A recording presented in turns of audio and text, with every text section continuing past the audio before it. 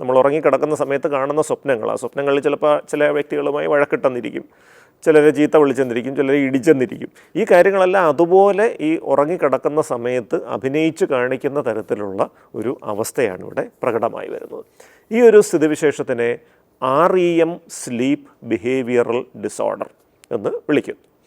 അതായത് ദ്രുത നേത്രചലന നിദ്രാ പെരുമാറ്റ രോഗം എന്ന് വേണമെങ്കിൽ നമുക്ക് മലയാളത്തിലേക്ക് തർജ്ജമ ചെയ്യാം.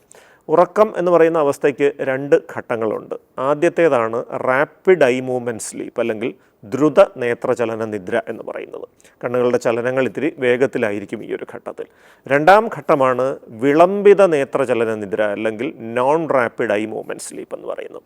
ഈ 2 ഘട്ടങ്ങളിലും വ്യത്യസ്ത തരത്തിലുള്ള പെരുമാറ്റ പ്രശ്നങ്ങൾ ഉറക്കത്തിനിടയിൽ ഉണ്ടാകാൻ സാധ്യതയുണ്ട്. ഇതിലെ ആദ്യത്തെ ഘട്ടമായിട്ടുള്ള റാപ്പിഡ് ഐ മൂവ്മെൻറ്റ് സ്ലീപ്പ്, അല്ലെങ്കിൽ ദ്രുത നേത്രചലന നിദ്ര സമയത്താണ് ഈ പറഞ്ഞ സ്വപ്നങ്ങളിൽ കാണുന്ന കാര്യങ്ങൾ അതുപോലെ അഭിനയിച്ച് കാണിക്കുന്ന തരത്തിലുള്ള പെരുമാറ്റങ്ങൾ പ്രകടമാകുന്നത്. ഇതിനെയാണ് REM സ്ലീപ്പ് ബിഹേവിയറൽ ഡിസോർഡർ എന്ന് പറയുന്നത്. ആദ്യ ഘട്ടങ്ങളിലൊക്കെ വല്ലപ്പോഴും ഒക്കെ ഇത് വരികയുള്ളൂ, വലിയൊരു പ്രശ്നമായിട്ട് അനുഭവപ്പെട്ടൊന്നും വരില്ല. കൂടെ കിടന്ന് ഉറങ്ങുന്ന ആളിൻ്റെ ഉറക്കത്തിനെ അത് തടസ്സപ്പെടുത്തും. പക്ഷേ ഈ ലക്ഷണം പ്രദർശിപ്പിക്കുന്ന വ്യക്തിക്ക് ഇത് അദ്ദേഹം ചെയ്തതായിട്ടൊന്നും ഓർമ്മയില്ല. പകൽ ഉറക്കം ഉണർന്നതിന് ശേഷവും വലിയ പ്രശ്നമൊന്നുമില്ല, ഉറക്കത്തിൻ്റെ തുടർച്ചയൊന്നും അത് വലുതായിട്ട് ബാധിക്കില്ല. പകൽ സമയത്ത് വലിയ ക്ഷീണമോ ഉറക്കച്ചടവോ ഒന്നും ഉണ്ടാവുന്നുമില്ല. പക്ഷെ ക്രമേണ ഇതിൻ്റെ തോത് കൂടി വരുന്നു.